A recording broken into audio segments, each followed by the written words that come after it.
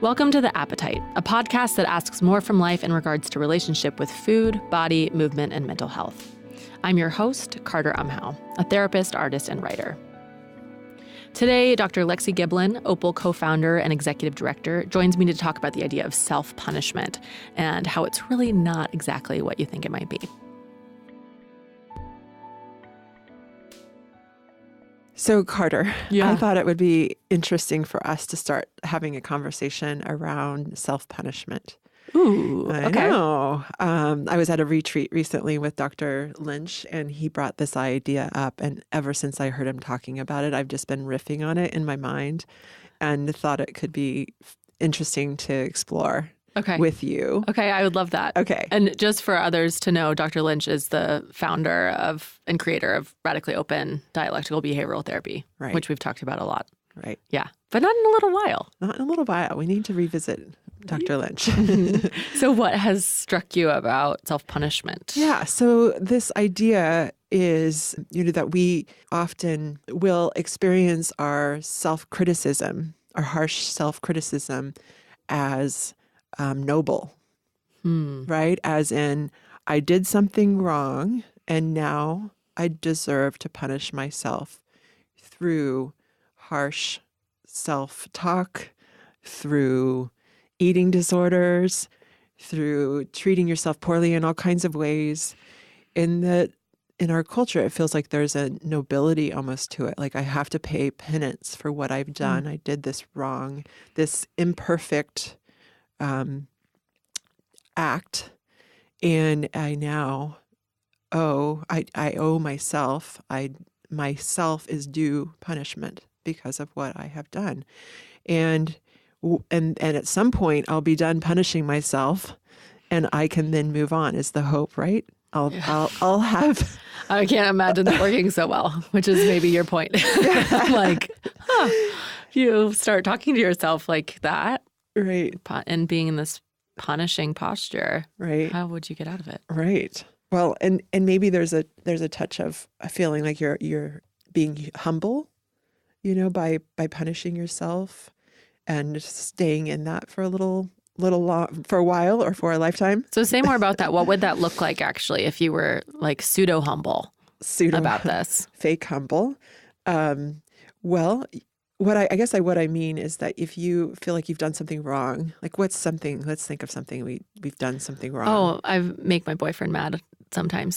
Yeah. Great. Okay. That's something that comes to mind around this topic. Okay. Yeah. So you make your boyfriend mad, and then let's say you feel really bad about it. Really bad. And then you go on to what would it look like for you to self-punish about your behavior? Well, typically, I make him mad because I'm maybe doing something that, like, I'm trying to take up less space is actually when I make him the maddest. Like, I'm trying to be really, like, passive, like, just whatever works, we'll do whatever for dinner or this, like kind of not having a preference.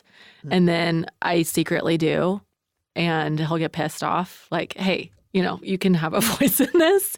And then I'll punish myself by like trying to be even more accommodating, which is humble, but really backfires because he's like, no, it doesn't work. Does that Sounds make sense? like a mess. Yeah. Does that make sense at all? Yeah, it Okay. does. Yeah. So what kinds of things would you be saying to yourself? Honestly, it's interesting. It's sort of a weird paradigm, which is maybe, again, part of this point about being like both punishing and trying to be humble at the same time. But I would be maybe punishing about, I should know more about what I'm feeling, and I should put myself out there more and say what I need. And, now I've been this big burden, so let me not be a burden anymore. We'll just do whatever he needs, which is exactly the opposite of what the point was. Right. So you kind of implode. Uh-huh. Right. So you're not. So this is a great example, Carter, because very vulnerable what one. happens, it sounds like, is when you're in that space of self-punishing for this behavior, you're less available to your boyfriend. Yeah. Would you say that's true? Definitely. Yeah. Definitely. I will go into a shame spiral, probably. Shame spiral. Okay. Shame spiral, to put it. I don't know. That feels like sort of a trendy psychological term. shame spiral. Yeah, it works. I'll go there. But the point here is that this self-punishment that we get into, and yours is a great example, right? We think that we're paying our dues by harming ourselves, but actually we're impacting those around us significantly, right? Because you're less available to your boyfriend, you're less probably available to your friends when you're in that space, you're less available to your community, your resources are going internally, and you're less available. And it makes me feel like I'm taking care of everything, but really I'm isolating. Right, you're isolating, and so in that sense, it's selfish, right? So this is the way. This is the thinking that we're exploring here, is this idea of self-punishment as selfish, because it's pulling you away from your tribe. You're less aware of those around you. Your contributions are muted typically when you're in a real harsh self-talk space. You know, you're less, your fresh mind isn't as available to those around you. So your contributions will be more limited. The use of the word contributions reminds me of like a work setting in some ways, where if I was in like a meeting and I felt embarrassed by something that I had said, or, was at work trying to participate and then felt like, oh my gosh, that was the stupidest thing. Why did I say that? Oh my goodness, that was just useless. Then I would kind of shut down and stop literally contributing, and might look upset in the room or take a lot of the energy that I would have had to just work and put it toward how horrible I am. Right. And so you wouldn't be there with us in the same way, right? And you may be feeling like I have to pay retribution for what I've screwed up, so I must punish myself for an unknown amount of time, and this is all me, and it's not going to be affecting others. This is something I must do that is just my own suffering. I'm causing my own suffering. But of course, actually, those around you are probably wanting the freshness of your mind and your ideas and access to your experience and you, right? Yeah. And I've disappeared. And you've disappeared. Yeah. Yeah. I think I'm just at a place of like, whoa, that's selfish.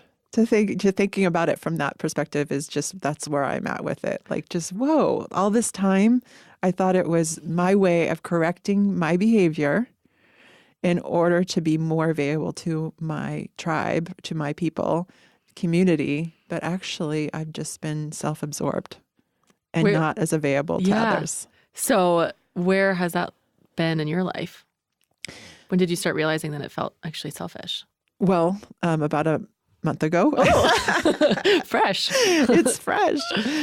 Well, I can certainly tell when I'm not as available to people, when I'm imploding and, internalizing a lot and not there, But I guess I always thought of it as I'm going to, by doing this, having this time, this punishing time. I don't know if maybe punishing is a little harsh, like this time of deprecation. I'm correcting my behavior. I'm working on kind of righting my wrongs internally.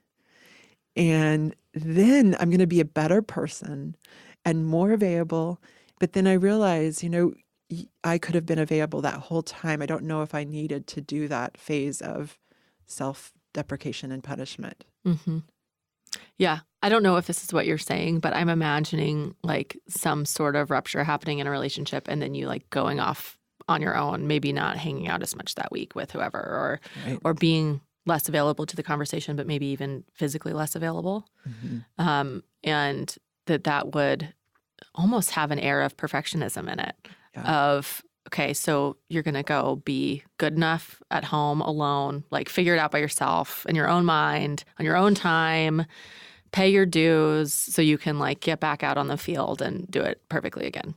Yeah, right. Does that feel true? That feels true, right? Yeah.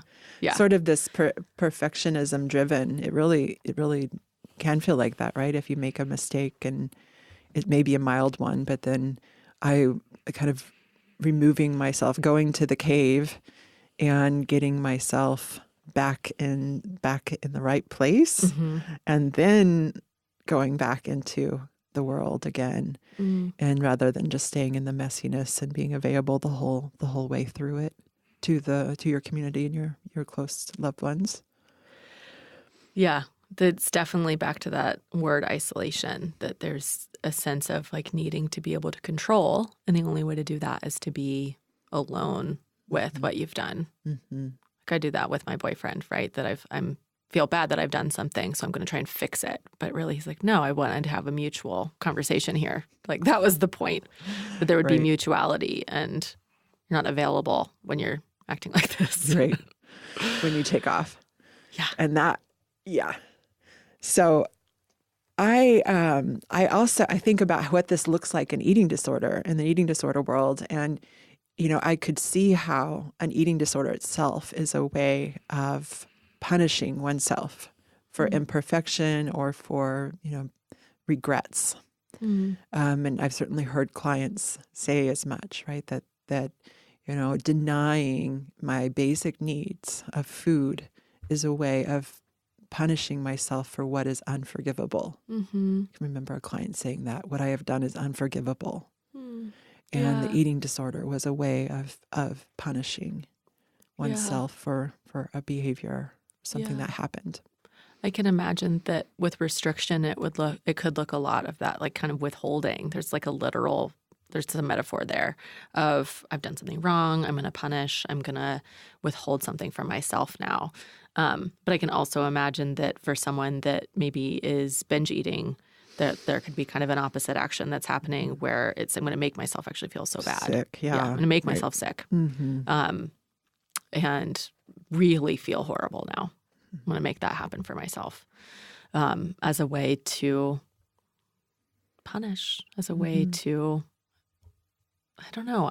My mind is actually getting stuck on this sort of sense of retribution and sin. And our culture in America is so puritanical in root that sort of penance feels like it is kind of imbued in all of this.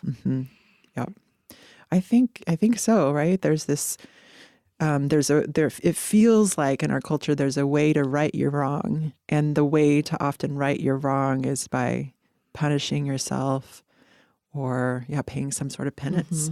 So what's the alternative? Good question. Self-forgiveness. Okay. Is what I would say. How? Like when you're feeling that much? Yeah. Well, let's talk about, self-forgiveness. Forgiveness itself, I know we've talked about on another podcast. But self-forgiveness. It takes an ego strength of a different sort to be self-forgiving, I think. I'm thinking about the times when I'm in a shame spiral. And I really have to tether myself to reality in those moments and have some strong ego to be able to say, like, okay, I'm going to set my shame aside or validate myself enough right now to come back to this moment in this relationship, to really show up again where I'm not imploding. And that can be so difficult to even catch myself when that's happening. Right. I just think that I'm the worst in those moments. So to forgive instead, that's hard work. Yeah. I feel exhausted thinking about it. Right. And you're right? Because these are moments where we're probably flooded with pretty intense emotion and interested in just being within ourselves and maybe not allowing ourselves access to others, not wanting others to see us in that place and therefore shutting down. So I'm thinking self-forgiveness would look like going opposite to self-punishment, which would mean staying available to others and staying connected and offering your mind and yourself to your people without withdrawing into the self-punishment, self-hate cave. I'm tempted to ask for a step-by-step on that. Can you share maybe an example of when you've maybe moved from that self-punishment into self-forgiveness? Yes. Yes. Let me think.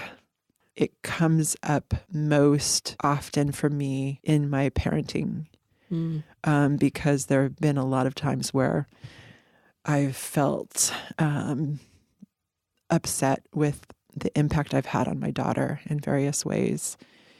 And it can be enticing to just enter into this self-loathing and just get in bed, put the covers over your head, turn on Netflix, and just be in sort of this self-punishment phase. And with parenting and with a lot of our relationships, I just don't feel like I have the opportunity. That's not as much of an option because I have to be available. I want to be available to her. So I don't get to take off in this. I won't allow myself to take off in the same way that I maybe would have. So I can feel that some days with her where I'm feeling really, down about an impact that I've had on her. And then instead of getting in bed, I sit with her and hold her, and we go to the park and we walk Zoe, and we are together. It's like I keep myself available to her when my urge is actually to get in bed. Yeah. Yeah. Is there anything that you say to yourself in those moments that would allow you to kind of refrain from the bed and stay with her? The phrase that just came to me was like, just be there. Just be with her. Just let myself be in it and connected. Something like that. I like that because it really brings in that mess again. Like letting yourself stay in the mess and not controlling it. Yeah. By disappearing, you're controlling something. Yeah. By trying to make it perfect, you're controlling something, but just staying sounds like enough. Right. It's just going opposite and staying right there with the people you love, and continuing to give your mind, your cognition, your heart to your people. Yeah. And I also think that a lot of times we think that when we're doing our implosion thing, whatever version of getting in bed and putting the covers over your head, that we're going unnoticed. That no one will, this isn't having an impact on anyone because it's just me in my bed, and this is my own. I'm the only one suffering here. And you're the only one that messed up. So I'm the only one. Better hide. I better hide. And I am the one that's paying the cost by being in the suffering space. And no one's noticing, right? We might think nobody's noticing. I'm perfectly alone, and no one knows, and no one cares because this is my own thing. But actually, those times when you leave, when you take off from your boyfriend, like you were saying, I bet I'm imagining that has a significant impact on him. Yeah. Yeah. And is it the feeling that you have, Carter, that you're impacting him, or does it feel like it's your own, or what's the... When I've taken off in some ways, I think that it is sort of that spiral of self-deprecation, not just, this won't impact him. I think I'm trying to be really thoughtful, actually, by maybe being self-deprecating or by disappearing or, withdrawing myself. I'm like, I caused him some harm in this. He's really hurting now. I need to remove myself. But in reality, that's, like you're saying, kind of more selfish because I'm saying that, I'll just take care of myself. Oh, you don't care. I'm the burden. He's like, no, actually... I wanted to be connected. That was the point, right? So I think that it's a good thing to remove myself, but it really rarely is. You're kind of punishing yourself and punishing the relationship, and something gets broken a little bit if you disappear. Right. You're punishing yourself and those around you. Right. Those whom you love. It's almost like this feeling of let me spare you of me.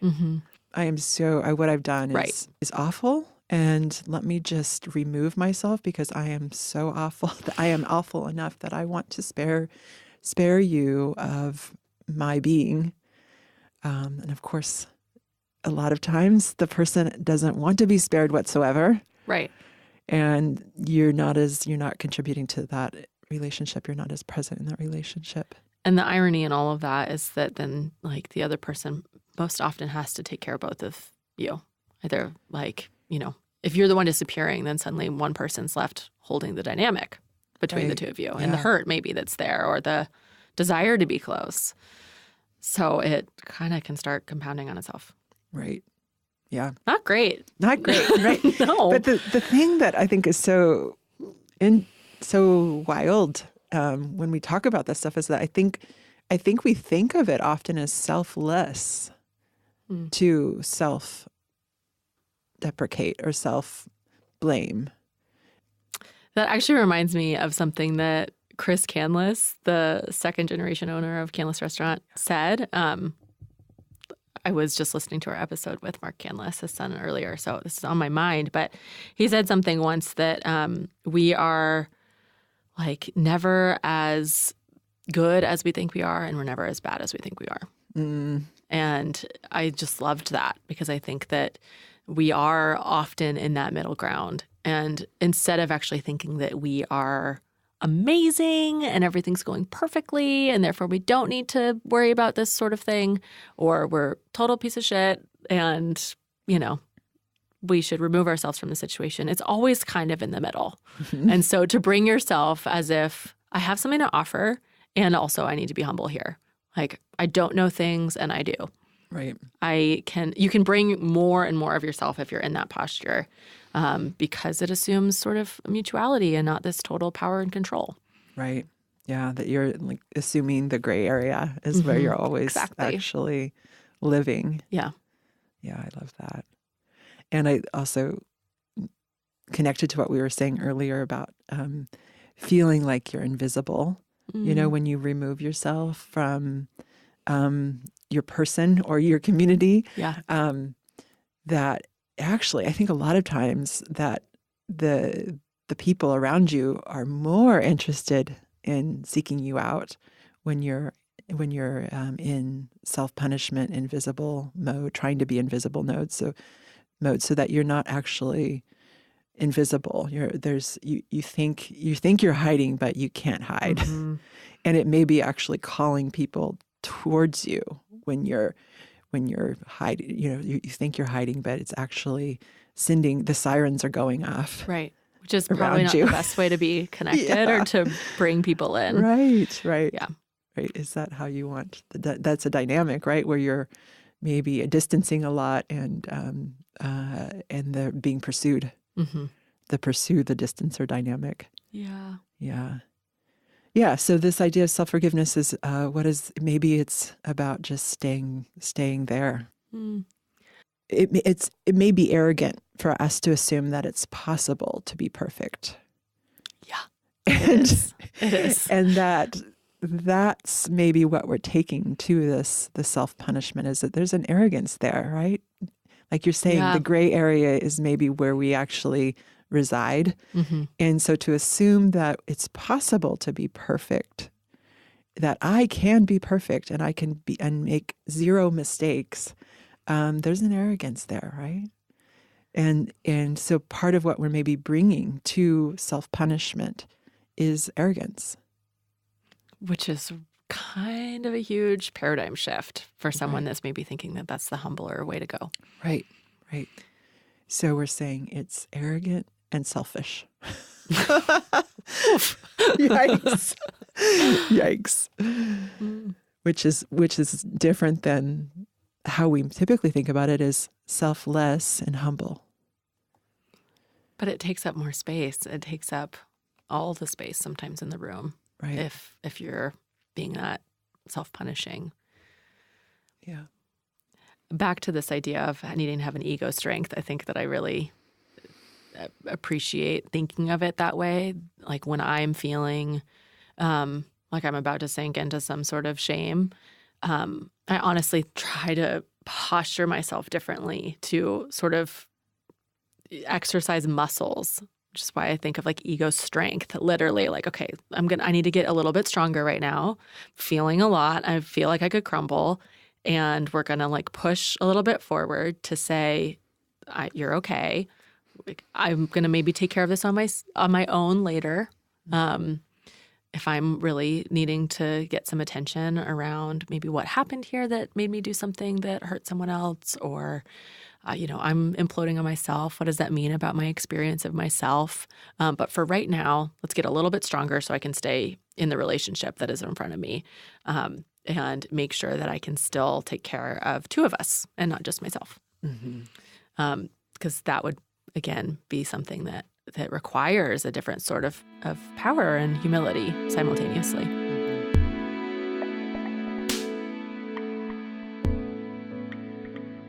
Thanks so much for listening. And thanks to Jack Straw Cultural Center for sound engineering, to Aaron Davidson for the Appetite's original music, and to Large Media. Stay in touch with what's new on the Appetite by subscribing to the podcast on your preferred podcast app. If you have the time, we'd so appreciate it if you'd leave a review of the podcast there so that we can just get a sense of what you're loving about the show. Please join us next time. We'll talk to you soon. Okay.